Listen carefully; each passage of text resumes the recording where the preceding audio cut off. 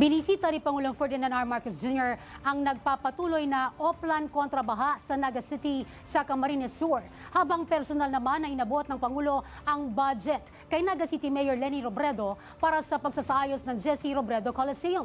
Si Nomer Corporal para sa 13 sa tanghali.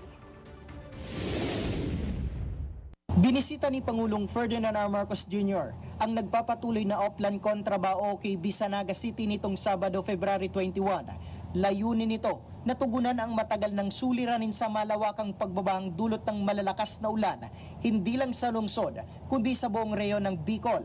Sa pangunan ng Department of Public Works and Highways, isinagawa ang declogging ng mga kanal at creek, pagtatanggal ng illegal obstructions, pagdedredge ng mga sapa, rehabilitasyon ng pumping stations, at pag-inspeksyon sa mga flood-prone areas. Binigyang diin din ng punong ehekutibo ang pangmatagalang plano upang hindi na lumala ang pagbaha sa lungsod. Dahil nga it is Bicol River Basin, ang plano na talaga pwede natin gawin, na kailangan natin gawin, ay kailangan natin mahuli, na dapat ma-koleksyon na yung tubig bago pa bumaba sa basin. Dahil, again, as Mayor Leni was explaining, this is a landlocked province. And because it's a landlocked province, ang tagal lumabas ng tubig.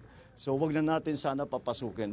Bukod sa pag-inspeksyon ng Pangulo sa Oplan kontra baha, binisita rin ng Pangulo ang Jesse Robredo Coliseum na nagsisilbing evacuation center tuwing may kalamidad. Bilang tugon, personal na inabot ng Pangulo ang 500 million pesos na pondo para sa rehabilitasyon ng naturang pasilidad kay Naga City Mayor Leni Robredo. Kasi pinakamalaking problema talaga sa amin yung baha. Ito yung major na evacuation center sa amin, pero nakita niya naman yung itsura.